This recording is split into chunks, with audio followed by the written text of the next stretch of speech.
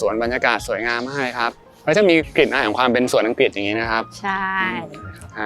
จริงๆถ้าย้อนกลับไปตอนนั้นที่ผมยังทำบ้านสวนอยู่ก็มีโอกาสได้ไปถ่ายทำบ้านของพี่เรนแล้วก็พี่ออนนะครับแต่ว่าต้องย้อนกลับไปนานหน่อยฮะน่าจะประมาณสักเป็น10 ปีแล้ว10 ปีเลยแหละนานมากๆครับวันนี้ก็มีโอกาสได้มาเจอกันอีกครั้งนึงนะครับบ้านที่เรามาดูวันนี้นะครับก็เป็นบ้านที่จังหวัดเพชรบุรีนะครับ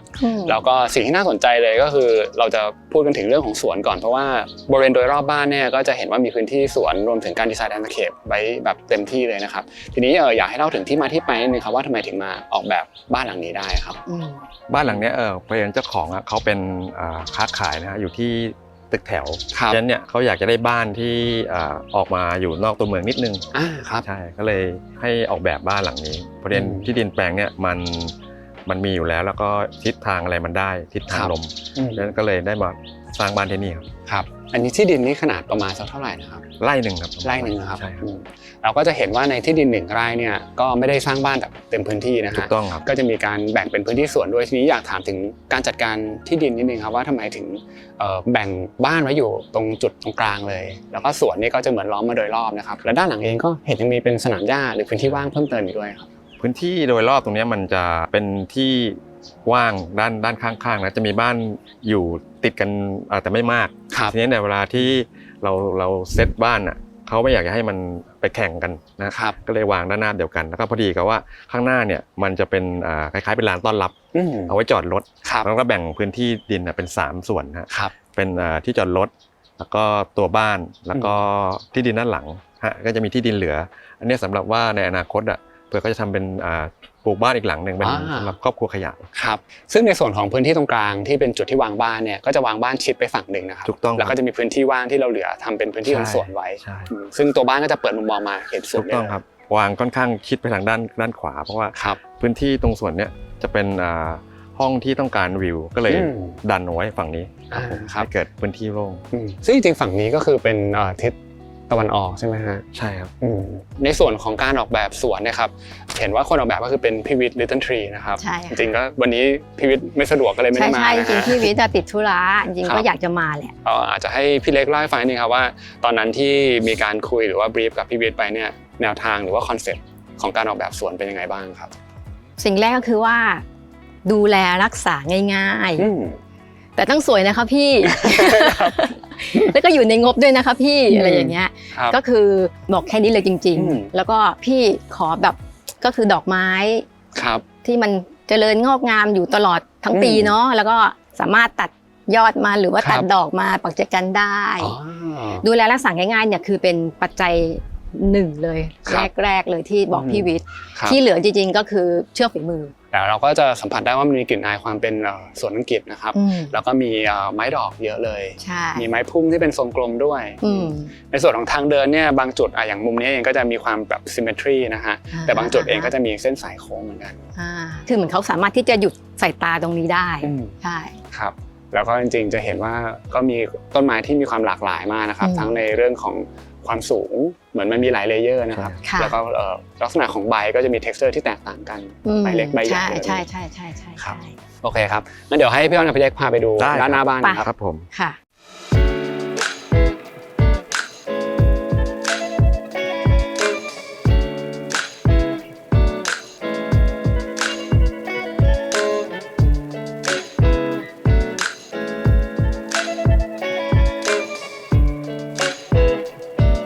ตอนนี้พี่อ้อนกับพี่เล็กก็พามาด้านหน้าบ้านแล้วนะครับอยากจะถามถึงเรื่องของงานออกแบบภายนอกหรือว่า exterior นิดนึงครับว่ามีการดีไซน์ยังไงบ้างทั้งเรื่องของฟอร์มเรื่องของโทนสีครับ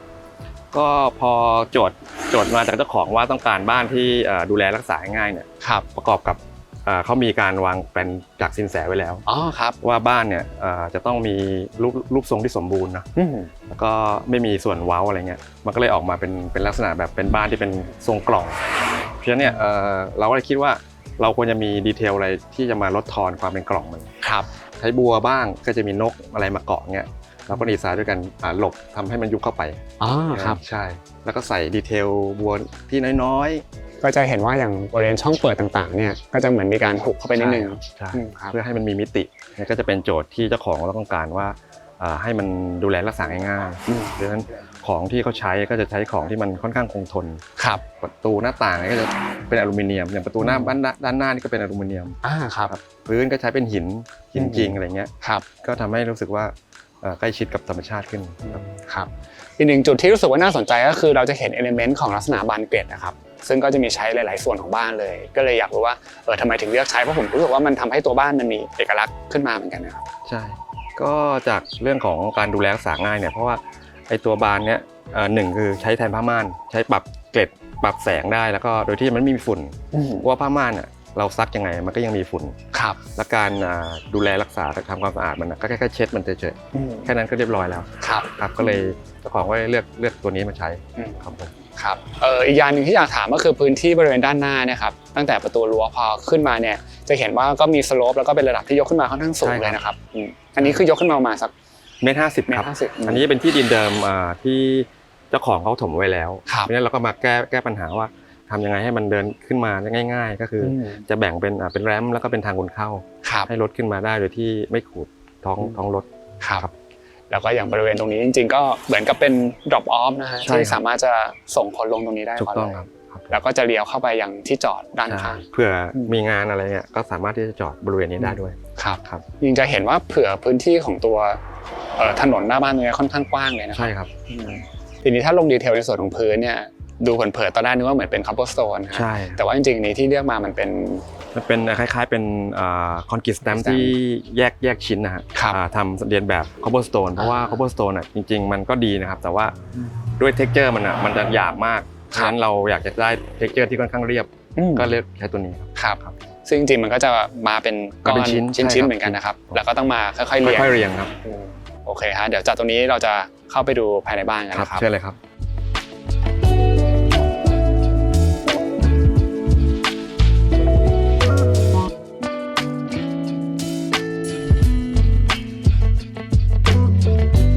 ตอนนี้พี่เล็กก็พาเข้ามาภายในบ้านแล้วนะครับก็จะเป็นพี่เล็กคนเดียวครับพี่เล็กจะได้เล่าเรื่องอินทีเรียแบบเต็มที่เลยนะฮะเหงาเลย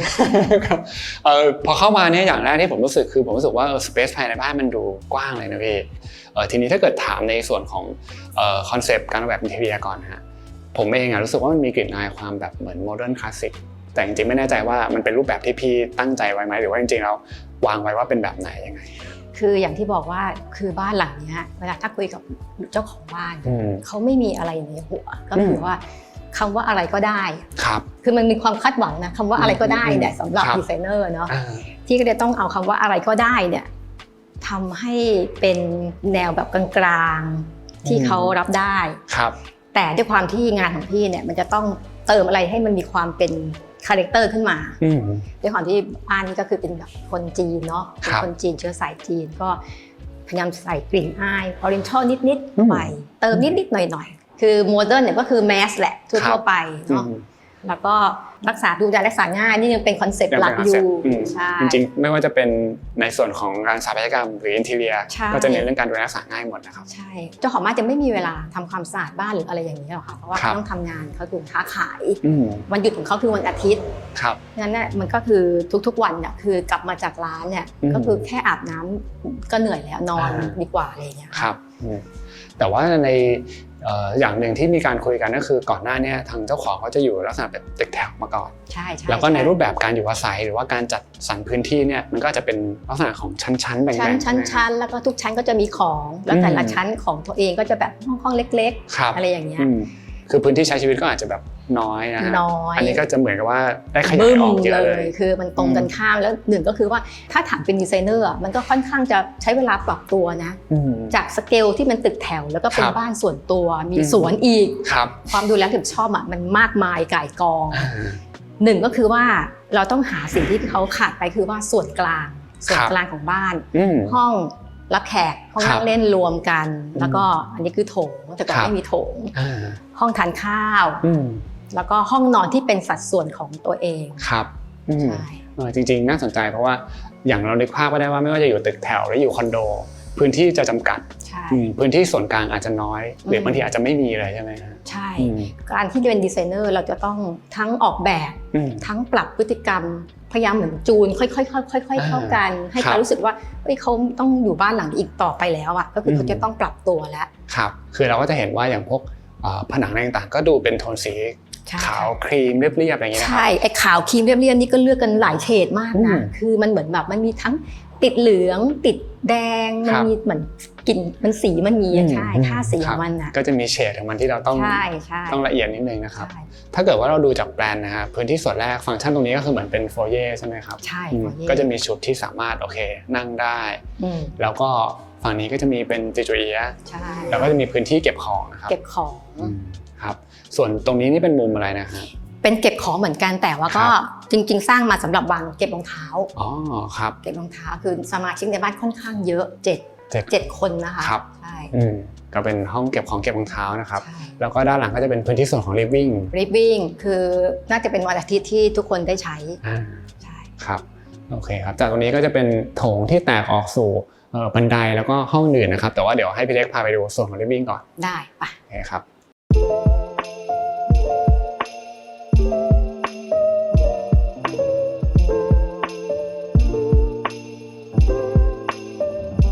ก็มานั่งภายในพื้นที่ส่วนของ living แล้วนะครับคือถ้าเทียบกับผลงานที่ผ่านมาของพี่เนี่ยหลังนี้ถือว่ามินิมอลมากๆในชีวิตพี่เกือบจะที่สุดอะไรอย่างเงี้ยที่สุดแล้วหลังนี้คือมินิมอลที่สุดแล้วใช่แต่ด้วยความเป็นงานพี่ก็จะพยายามจะเลือกเฟอร์นิเจอร์ให้มันดูมิกซ์เข้าไปให้มันดูเสริมว่ามันมีความดีเทลขึ้นครับคือโดยภาพรวมของการเดคอเรทถ้าเป็นผนังหรือเป็นระนาบใหญ่ๆเนี่ยจะไม่ได้มีอะไรที่แบบเยอะหรือฉูดฉาดมากไม่มีคิ้วประดับใดๆเลยที่ตัดออกหมดดูแลความสะอาดมันยากนะตามซอกมุมเล็กๆอะไรอย่างเงี้ยใช่ก็จะมาตัดออกใส่ดีเทลกับพวกของตกแต่งโคมอะไรต่างๆใช่เฟอร์นิเจอร์ฟินิชชิ่งทัชชิ่งของเฟอร์นิเจอร์อะไรเงี้ยอย่างสมมติว่าผมลงดีเทลในส่วนของพื้นเนี่ยจะเห็นว่าเลือกใช้เป็นเหมือนเป็นกระเบื้องแต่ว่าเป็นไซส์ใหญ่เลยนะครับใช่คือหนึ่งก็คือว่าที่นี่พื้นที่กว้างพี่ว่าลายเนี้ยมันเป็นลายที่เซฟนะเซฟในแง่ของว่าผมร่วงอย่างเงี้ยหรือว่าฝุ่นอย่างเงี้ยไม่เห็นนะแกเพราะว่าถ้ามันเป็นเงาอ่ะมันจะเห็นก่อนแล้วความที่ตัวกระเบื้องตัวเนี้ยมันคือเหมือนหินพี่ว่าความเนเชอรัลอ่ะมันยั่งยืนครับแล้วก็จะมีลักษณะของตัวลวดลายบางอย่างที่ก็ทำให้มันมีดีเทลมากใช่คือแต่ละแผ่นมันก็จะแรนดอมของมันนั่นแหละพี่เลยว่าตัวนี้แหละโอเคพี่ว่าโอเคเลยครับแต่ผิวสัมผัสก็จะเป็นแบบด้านๆแล้วก็รู้สึกว่าเดินแล้วก็รู้สึกว่ามันก็ไม่ได้แห้งมากแล้วมันก็ไม่ได้เงาลื่นแบบอันตรายนะมีผู้ใหญ่อยู่ด้วยพี่ว่าอันนี้โอเคทีนี้พอขยับมาถึงในส่วนของพื้นที่ living ตรงนี้ครับก็จะเห็นว่ามันจะมีส่วนที่เป็นฝ้าปกติกับส่วนที่เราทำเป็น double volume สุดเลย double volume ดึงแสงจากตัวรอบๆมาทั้งบนทั้งล่างคือดึงมาให้ก้อนนี้มันดูแบบดูเป็นไฮไลท์ของบ้านใช่เพราะมันเป็น double volume ปุ๊บผนังตรงนี้ก็เลยเป็นแบบ question ตอนสุดท้ายว่าทำไงดีทำไงดีที่ไม่ต้องตกแต่งคิ้วประดับหรือใดๆแล้วก็ไม่เอาแชนเดเลียเพราะว่าเราก็จะไม่ดูแลแล้วมันจะมีจัดใยอะไรมาต่อนั้นน่ะพี่ก็เลยไม่เอาด้วยความที่ปลาคาร์ฟนี่เป็นสัญลักษณ์ที่บอกถึงการค้าขายเป็นแบบเนาะความหมายดีอ่ะแล้วก็เพราะชั่นของปลาเนี่ยมันใหญ่แล้วก็เอามาเลยเป็นวอลเปเปอร์ไม่ใช่เป็นผ้าคือเราทำเหมือนเลียนแบบว่าเอาแขวนผ้าข้างบนเป็นวอลเปเปอร์ใช่อยู่ข้างบนปุ๊บก็โอเคเลยจบปิดเลยปิดจ็อบตรงนี้ได้เลยครับซึ่งจริงๆก็จะเป็นลักษณะที่พี่เล็กพยายามจะแอดเหมือนความออเรียนทัลอะไรเข้าไปให้กับอินทีเรียด้วยใช่ไหมครับก็ถือว่าพื้นที่ตรงนี้เนี่ยมันก็จะเป็น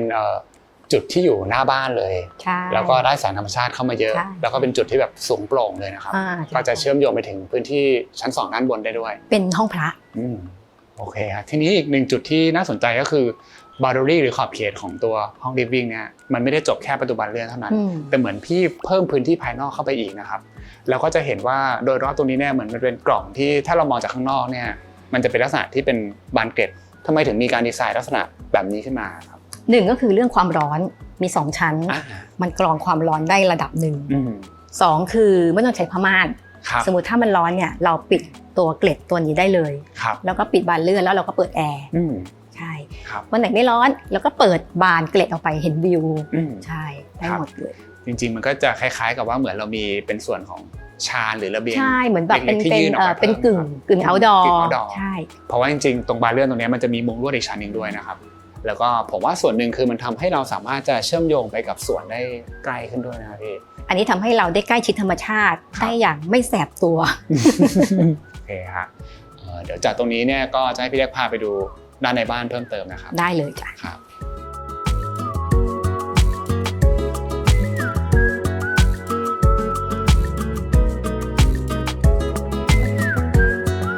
เราเดินต่อเข้ามาด้านในนะครับเดี๋ยวจะให้พี่เล็กเล่าให้ฟังนิดนึงว่าตรงนี้เนี่ยมีห้องอะไรบ้างครับสำหรับชั้นหนึ่ง ห้องแรกคือนี่ห้องอาม่า ครับ เป็นห้องผู้สูงอายุ อืม อยู่ชั้นล่างสะดวกสบาย ครับซึ่งห้องนี้ก็จะติดกับส่วนของห้องนั่งเล่นนะครับ ใช่ แล้วก็จะได้วิวสวนด้านข้างบ้าน ใช่ ด้วย ได้วิวสวนข้างบ้าน อื ด้วย ม จริงๆอันนี้ก็ใกล้ชิดสุดแล้วนะ อืม ต้นสวนใช่ ครับ ส่วนนั้นนี้จะเป็นห้องเก็บเสื้อผ้ารวม ครับ อืม อันนี้ก็ทำหน้าบานเป็นแบบบานเกรดอย่างนี้ ใช่เอาไว้ระบายอากาศอันนี้เป็นห้องน้ำสำหรับข้างล่าง ครับผม นะคะแล้วก็ ด้า ทาน ง นี้ ขวาของแก๊ปก็คือเป็นห้องนอนคุณพ่อคุณแม่ อ๋อ ก็คือเจ้าของบ้าน ครับ ใช่ ก็เท่ากับว่าชั้นหนึ่งเนี่ยก็มี2ห้องนอนเลย สองห้องนอน คือถ้าเกิดว่าดูลักษณะของการวางแปลนเนี่ยอย่างตอนแรกที่บอกว่าจะมีฮวงจุ้ย อืม ซึ่งมันก็น่าจะเป็นฮวงจุ้ยแบบ9ช่องอะไรแบบนี้นะฮะที่ผมเองก็เคยเห็นในหลายๆบ้านเหมือนกัน ใช่ใช่ เขาก็จะแบ่งมาแล้วว่าแต่ละห้องจะต้องอยู่ตรงไหนนะครับ ใช่ อืม คือเขาจะมาเลยเป็นช่องว่ามุมนี้ห้องนี้ห้องนี้ห้องนี้ ครั ทาง บ เข้าอยู่ตรงนี้ อืม อ่า ครับ ครัวอยู่ตรงนี้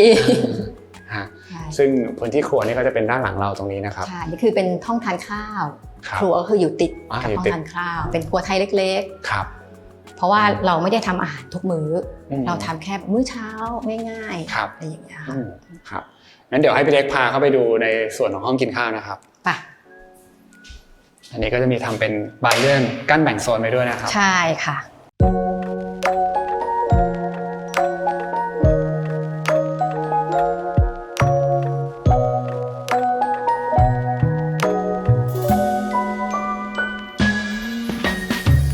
ตอนนี้พี่เล็กก็พาเข้ามาในห้องกินข้าวแล้วนะครับ ซึ่งห้องนี้เองก็ถือว่ามีความสำคัญด้วยความที่เป็นครอบครัวจีนด้วยนะครับ โต๊ะทานข้าวที่เรานั่งอยู่เนี้ย ครับ คืออยากให้มันเป็นวงกลม อืม คนจีนเนาะ ครับ แบบเขาน่าจะเคยใช้ชีวิตมาแบบเหมือนแบบนั่งกลมๆล้อมรอ อื บ ม กับข้าวเยอะ ครั ๆ บ อะไรอย่างเงี้ยทานได้ทุกคนก็มีแบบ อ่า หมุน หมุนได้นะ เพียง ครับ แต่ว่า ถ้าคำว่าโต๊ะจีนที่มีจานหมุนเราก็นึกถึงแบบโต๊ะจีนนะ อืม แต่ว่าพี่พันธุ์ก็เลือกเฟอร์นิเจอร์ที่ดูทันสมัย ครับ เหมือนเราคลี่คลายดีเทลอะ อืม แต่ยังเป็นฟังก์ชันที่เขาใช้งานได้อย่างสะดวกสบายเหมือนเดิม แต่ ครับ หน้าตามันเปลี่ยนไป อ่า ตามยุค แล้วก็พอเรามาดูส่วนของเก้าอี้ ก็จะเลือกมาเป็นเหมือนเก้าอี้หวาย ใช่ อันนี้จริงๆ พี่ตั้งใจ คือพี่พยายามจะหยอดความเป็นออเรนทัลเข้าไป มีแบบวัสดุธรรมชาติเข้ามาแทร ครั ก บ ๆด้วย อืม คือเราจะไม่โมเดิร์นจ๋าขนาดนั้น อืม เก้าอี้เนี่ยจะค่อนข้างชัด แล้วก็พอพูดถึงความออเรนทัลเนี่ยก็จะลิงก์ไปสู่รูปภาพนะครับ แล้วก็มีรูปภาพตกแต่งในห้องก็คือว่าพี่เลือกใช้เป็นวอลเปเปอร์ อืม สีของวอลเปเปอร์เนี่ยเราพยายามจะลิงก์กับตัวอะไรบางอย่างในห้องทานข้าวด้วย อืม เพื่อนึกถึงได้ว่ามันมีแบบตู้เย็น ครับ ตู้เย็นเป็นสีวานิลา อ่า แล้วก็เป็นสีที่ลูกค้าน่าจะโอเค คือความเหลือง ความทอง ครับ ความเจริญรุ่งเรือง อืม แต่เป็นสีที่มันไม่ได้แบบกระโตกกระตากจนเกินไป อืม ใช่ แล้วก็ตัวสีวอลเปเปอร์เนี่ยมันใช้สีไม่เยอะ เป็นจีนนี่แหละ แต่เราเป็นคนรุ่นใหม่ ครับคือฟีลแบบโมโนโทนดูโทนอะไรอย่างเงี้ยนะครับ ใช่ ซึ่งอย่างการที่เราเลือกใช้เปเปอร์เนี่ยไอตัว texture หรือผิวสัมผัสหรือความรู้สึกที่เราได้เนี่ยมันก็จะแตกต่างจากภาพทั่วไปมากน้อยแค่ไหนยังไงไหมครับ คือถ้า texture เราอาจจะสู้ไม่ได้ texture เราไม่ได้เป็น canvas ไม่ได้เป็น ครับ มีสีนูนอะไรอย่างเงี้ย แต่เราได้เรื่องสีที่เราคุมโทนได้ อืม ในบ้านเรา จริงๆก็อยากจะทำให้บ้านมันดูมีชีวิตมากที่สุดแหละ ครับ ใช่ ฮะทีนี้ด้านหลังครับในส่วนของชุดครัวต่างๆ มีการดีไซน์ไว้ยังไงบ้างครับ จริงๆชุดครัวพี่ทำสีค่อนข้างจะกลืนกับสีผนัง อืม ช่วงบนเนี่ยจะเป็นสีเดียวกับสีผนังเลย ครับ ช่วงล่างก็ดูตัดขึ้นมาให้เข้ม อืม ให้ดูแบบน่าสนใจคืออันว่าให้ดูโมเดิร์น ครับ จริงๆให้มันดูเรียบๆไม่ได้มีบทบาทอะไรมากมาย อืม แต่มีฟังก์ชันครบ แล้วค่อยมาเน้นตรงโต๊ะทานข้าวแทน อ่า อืม ครับแล้วก็ด้านหลังเคาน์เตอร์ตรงนี้เนี่ยก็จะมีส่วนของห้องครัวไทยใช่ไหม เป็นครัวไทย อืม ใช่ค่ะห้องเล็กๆ ไม่ได้ใหญ่มาก แล้วก็มีห้องซักผ้า อ่า ติดกัน ครับซึ่งก็จะมีประตูที่สามารถเชื่อมโยง เชื่อม กัน ต่อ ได้ กันอันนี้ ทีนี้มีอีกอย่างหนึ่งที่อยากถามก็คือเราจะเห็นว่ามีเอลิเมนต์ของประตูหน้าต่างบานเกล็ดไม้ครับซึ่ง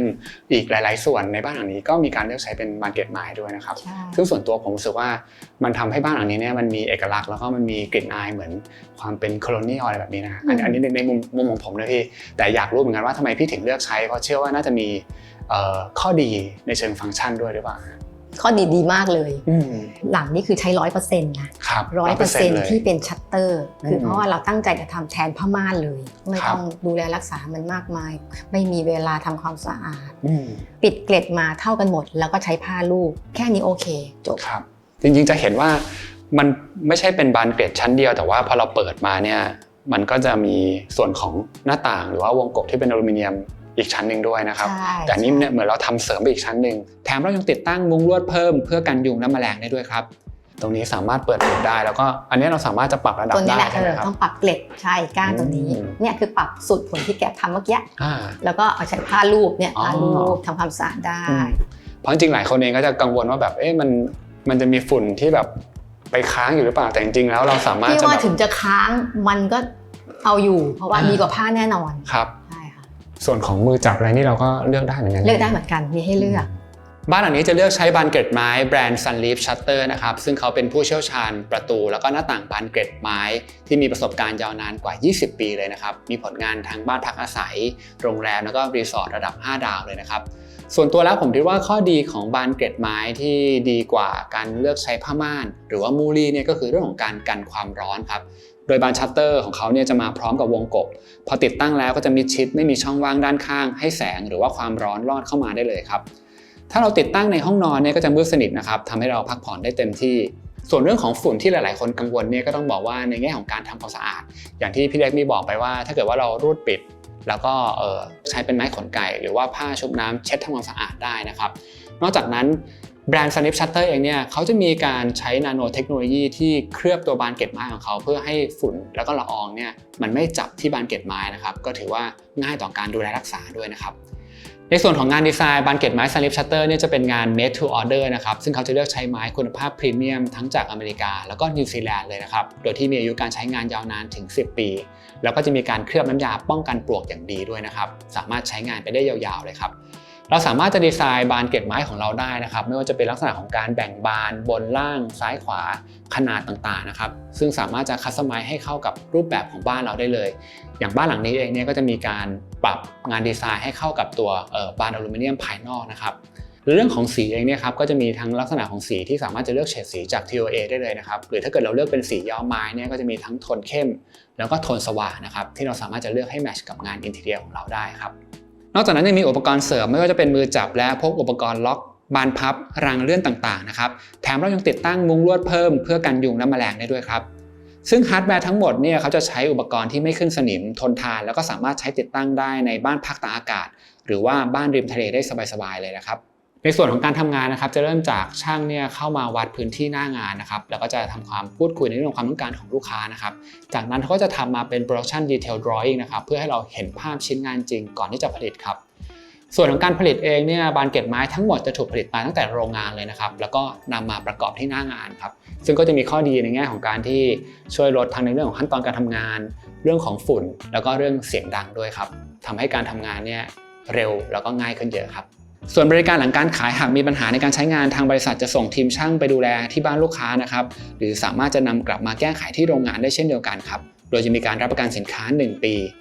สำหรับแบรนด์ Sunleaf Shutter เนี่ยเขาเป็นผู้ผลิตประตูแล้วก็หน้าต่างบานเกล็ดไม้รายใหญ่ในเอเชียตะวันออกเฉียงใต้เลยนะครับแล้วก็มีสำนักงานทั้งในไทยแล้วก็สิงคโปร์ด้วยนะครับถ้าเกิดว่าใครสนใจเนี่ยสามารถจะนัดหมายเข้ามาได้ที่โชว์รูมซึ่งอยู่ตรงอาคารทากาทาวน์แถวพร้อมพงษ์นะครับแล้วผมจะขึ้นคอนแทคไว้ให้บนหน้าจอรวมถึง description ใต้คลิปด้วยนะครับ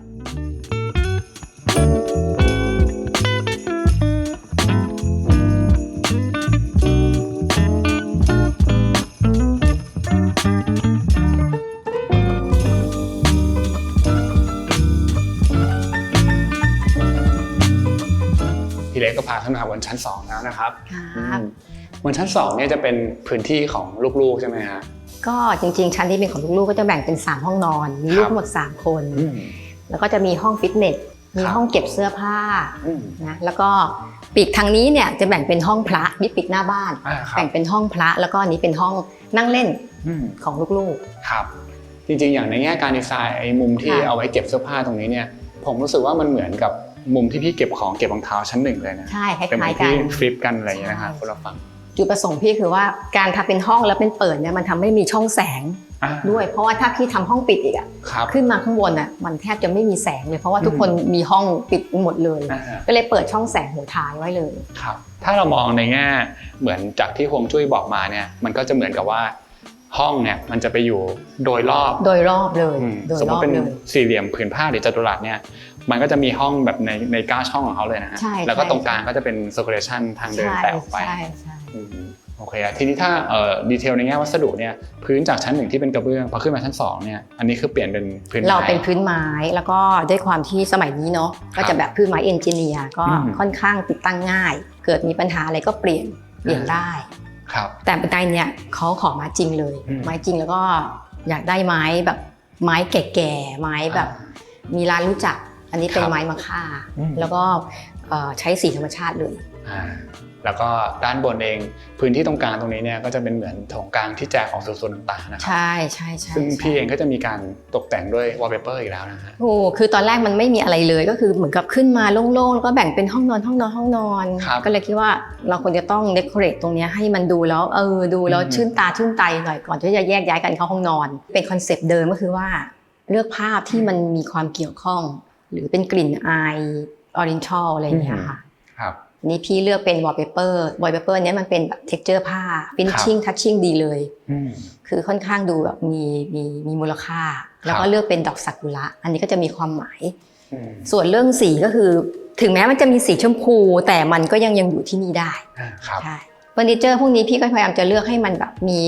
มีความเป็นโมเดิร์นนะจริงๆโมเดิร์นแล้วก็มีฟังก์ชันเอาไว้นั่งเล่นหรือว่าโยกไปนั่งตรงนู้นได้หรือโยกไปนั่งในห้องนั่งเล่นได้อะไรอย่างเงี้ยค่ะครับจริงๆก็จะเห็นว่าในหลายๆมุมของบ้านก็จะวางลักษณะเหมือนเป็นเบนช์เป็นอะไรแบบนี้ครับใช่เวลาเพราะว่าจริงๆวันที่มีญาติมาเยอะๆเนี่ยมันเยอะจริงๆคือพวกนี้สามารถที่จะยกแล้วก็ไปแบบเป็นนั่งให้ญาตินั่งได้เลยครับแล้วก็ถ้าพูดถึงโคมนิดนึงครับเราจะเห็นโคมอันนี้ตั้งแต่ด้านล่างแล้วทำไมถึงเลือกเป็นดีไซน์แบบนี้ครับมันจะเป็นแท่งเป็นกิ่งอันดับแรกคือว่าเราอยากได้เรียบง่ายเติมเต็มได้ทุกที่เลยอ่ะแล้วก็อยู่ได้นานๆไม่ดูคลาสซี่เกินไปก็คิดว่าแท่งธรรมดาเนี่ยแหละแล้วก็ทรงผอมๆสูงเพราะว่าที่นี่ฝ้ามันจะสูงหน่อยแต่ก็จะมีเหมือนเป็นหลอดจะอยู่บนล่างใช่ช่วยให้มันมีแบบมีมิติไม่ได้แบบไฟบนฝ้าอย่างเดียวอะไรอย่างเงี้ยแต่ก็จะเลือกเป็นแบบสีดำเป็นเข้มเลยนะครับก็จะโดดเด่นออกมาจากผนังขาวๆใช่เพราะว่าผนังเราไม่ได้ตกแต่งอะไรเลยเราแค่มีแบบบัวพื้นแล้วก็มีซับวงกบทุกอย่างมีดีเทลนะแต่พี่จะลดทอนหมดประตูก็เหมือนแบบเป็นเส้นแค่แบบ2เส้นเล็กๆเดินคิ้วโอเคครับเดี๋ยวให้พี่เล็กพาไปดูพื้นที่ส่วนนี้ก่อนนะครับก็จะเห็นว่าด้านหลังมันมีเหมือนเป็นบานเฟียมซึ่งอันนี้ก็ยังคงเป็นบานเกล็ดแบบชัตเตอร์อยู่เหมือนเดิมใช่ค่ะแต่ว่าด้านหลังก็คือจะเป็นห้องพระใช่ไหมห้องพระโอเคครับเดี๋ยวให้พี่เล็กพาไปดูครับโอเคป่ะ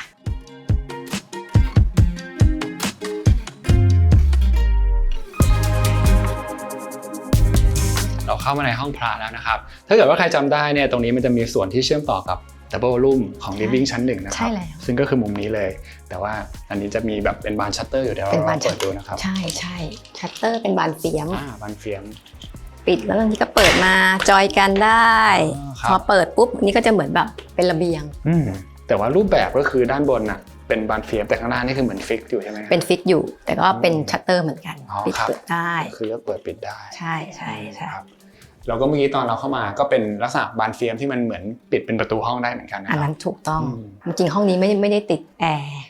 จะแบบเป็นพัดลมแล้วก็ตัวนี้ก็แบบเผื่อแบบนั่งสมาธิเปิดระบายอากาศไม่ร้อนอะไรอย่างเงี้ยค่ะครับมันก็มีการใช้งานได้หลากหลายรูปแบบเลยแล้วก็มีข้อดีก็คือพอเราเปิดไอตัวบานเกล็ดเนี่ยแสงเข้าได้หรือลมผ่านได้ด้วยใช่แต่ปกติถ้าไม่มีใครใช้ห้องนี้ก็ถูกเปิดเพราะว่าจะได้แสงจากหน้าบ้านเหมือนกันหัวท้ายที่พี่บอกต้องเปิดช่องแสงเข้ามาครับผมก็เชื่อว่าอย่างการที่ตำแหน่งห้องพระอยู่หน้าบ้านก็ไม่แน่ก็อาจจะมาจากถูกต้องอันนี้ถูกต้องใช่อันนี้ถูกมาร์กไว้แล้วว่าต้องอยู่ตำแหน่งนี้ครับเดี๋ยวจากตรงนี้เราจะไปดูส่วนของห้องนั่งเล่นชั้น2ครับ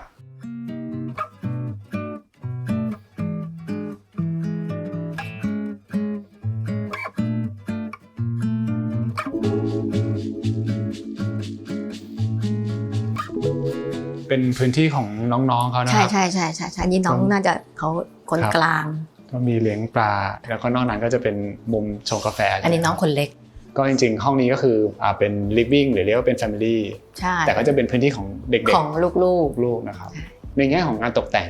มันก็ยังคง follow ข้างล่างแต่ว่าพี่ก็จะมีแทรกเฟอร์นิเจอร์ที่มันมีกลิ่นอายความ oriental หรือว่าแบบ ๆด้ว local ย อะไรอย่างเงี้ย แล้วก็เป็นแบบงานแฮนด์เมด ครับ มีหวายมี เชือกงานเชือก ครับ ถักอะไรอย่างเงี้ย อืม ให้มันแบบเบรกความโมเดิร์นหน่อย ครับอย่างโคมนี้ก็สวยนะพี่ ดูแบบเบรกเลยนะครับ แล้วจริงๆถ้าแบบต่างจากตรงเนี้ยไปมองตรงนั้นก็จะเห็นแบบมันดูแบบโอเค มองไปทางนอกห้องเห็นดอกซากุระ ครับแต่ว่าถ้าเป็นอย่างโซฟาพวกอาร์มแชร์แบบนี้ก็ยังคงเป็นแบบโทนสีเทาแบบกลางๆใช่ไหม ใช่เราจะใช้แบบนูทรัลแบบปูพื้นสีแบบกลางๆไว้ก่อน แล้วก็จะมีส่วนที่เป็นบิวอินด้วยนะฮะ บิวอินอันนี้เป็นแบบที่เก็บหนังสือ ครับ เขาจะมีหนังสือแบบสมัยเด็กๆเขาน่าจะชอบดูการ์ตูนอะไรเงี้ยเขายังเก็บไว้อยู่ ครับ ตอนนี้เขายังอ่านหนังสือกันด้วยนะก็เลยคิดว่าเขาก็อยากได้ตู้หนังสือเก็บเพราะหนังสือเขาเยอะมาก ครับ แล้วก็ห้องเนี้ยพยายามจะแบบมีเฟอร์นิเจอร์ที่หลากหลาย มีโต๊ะที่แบบนั่งเล่นเกมกันได้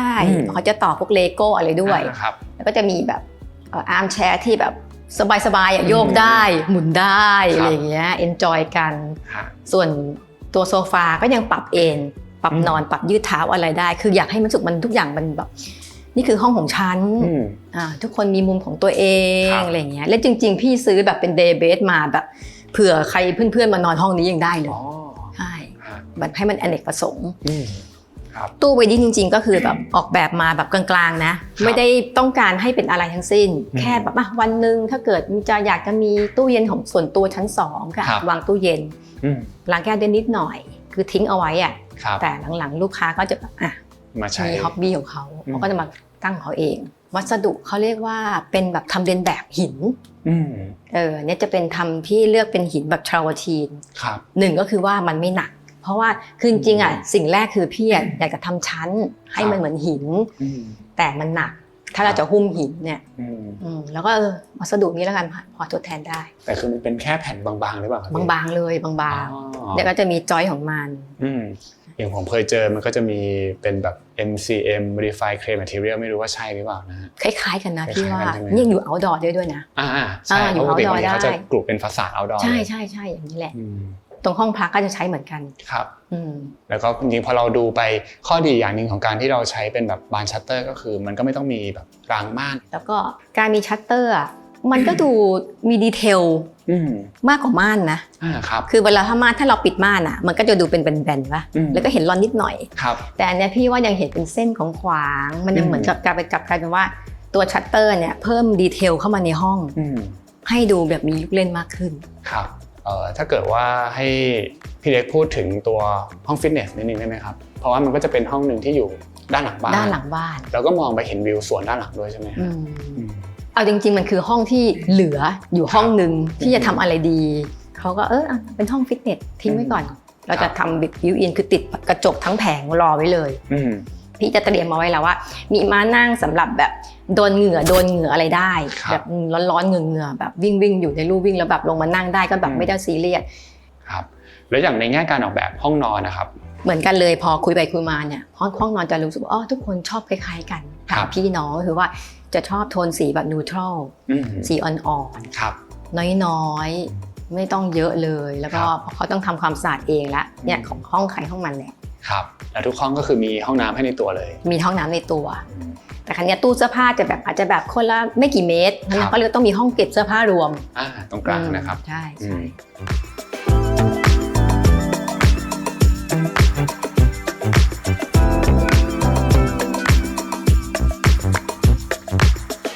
ตอนนี้ก็ดูบ้านเสร็จเรียบร้อยแล้วนะครับถ้าย้อนกลับไปตอนแรกเลยเนี่ยพี่เล็กกับพี่ออนก็บอกว่าบ้านนี้เนี่ยถูกดีไซน์มาให้เป็นบ้านที่แบบ low maintenance ดูแลรักษาง่ายนะครับแล้วพอเจ้าของบ้านได้มาอยู่จริงเนี่ยมันง่ายจริงๆอย่างที่เราตั้งใจไว้ไหมครับง่ายจริงๆค่ะแต่ว่าด้วยความที่สเกลมันใหญ่ขึ้นถือว่าน่าจะเป็นหลาย10เท่านะเพราะว่าเดินตึกแถวเนี่ยมันมีหลายชั้นแล้วชั้นนึงก็จะแบบมันจะมีของเยอะในสเปซที่เขาอยู่ก็จะเล็กลงไปอีกใช่ไหมคะแล้วก็ทำความสะอาดจะไม่ได้บ่อยมากใช่แต่พอเรามาอยู่ในบ้านหลังใหญ่แล้วก็มีห้องส่วนตัวแยกหยิบย่อยไปอีกเนี่ยแน่นอน 100% คือจะต้อง ทำความสะอาดมากขึ้นอยู่แล้วแต่วัสดุต่างๆที่เราออกแบบให้เนี่ยมันคือสัมผัสเรียบเช็ดความสะอาดง่ายๆแล้วก็อาจจะใช้เวลาเยอะหน่อยก็จริงแต่มันทำความสะอาดง่ายครับแต่สิ่งที่เราแลกกลับมาก็คือการที่เราได้มีพื้นที่ของตัวเองนะครับมีห้องที่เป็นสัดเป็นส่วนมากยิ่งขึ้นแล้วก็มีพื้นที่อย่างสวนมีการเชื่อมโยงกับธรรมชาติใช่คือทุกอย่างมันถูกเปลี่ยนไปหมดจากชีวิตเดิมเลยมีสวนมีพื้นที่ใหญ่ขึ้นมีห้อง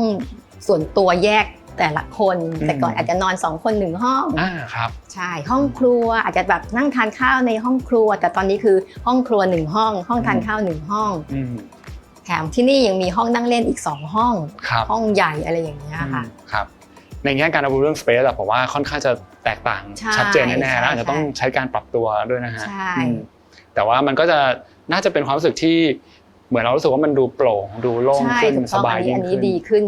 มากๆเลยความโปร่งความโล่งตอนนี้เจ้าของบ้านก็ชินแล้วค่ะชินแล้วจริงๆแต่ก่อนไม่เคยมีต้นไม้ของตัวเองตอนนี้ก็ต้องมาดูแลสวนตอนนี้เริ่มอยู่เข้าที่เข้าทางแล้วนะครับโอเคครับก่อนจะจบไปช่วงท้ายก็ไม่ได้เจอพี่เล็กนานครับวันนี้มาเจอพี่เล็กครั้งนึงพี่เล็กก็บอกว่ามีออกหนังสือของตัวเองด้วยเหรอฮะใช่ค่ะเป็นหนังสืออะไรครับพี่เป็นหนังสือจริงๆถ้าพูดง่ายๆความหมายง่ายคือรวมผลงานก็จะมีเน้นภาพสวยๆเป็นภาพลงเจาะดีเทลเป็นภาพสวยๆแล้วก็ทุกคนจะถามว่าทำไมต้องออกหนังสือด้วยไม่ลงในเว็บหรอกมันก็จริงๆอยากทำหนังสือด้วยแหละค่ะให้มันแบบสัมผัสอะไรอย่างเงี้ยดูน่าอ่านขึ้นครับเดี๋ยวผมไปหยิบมาแป๊บนึงนะพี่ได้ค่ะ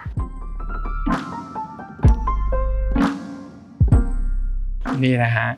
เล็กโซดาสคาบิเนตนะฮะพี่อาจจะต้องทำอย่างนี้ให้มอบแก๊ปเลยนะคะได้ครับให้เป็นที่ระลึกเนาะครับโอเคก็จะเป็นดีเทลของงานอินทีเรียต่างๆซึ่งเป็นผลงานที่พี่ออกแบบหมดเลยนะครับใช่ค่ะโอเคครับขอบคุณมากเลยครับพี่เล็กได้แล้วมีโอกาสก็เผื่อจะได้ไปถ่ายผลงานอื่นของพี่นะครับได้เลยค่ะ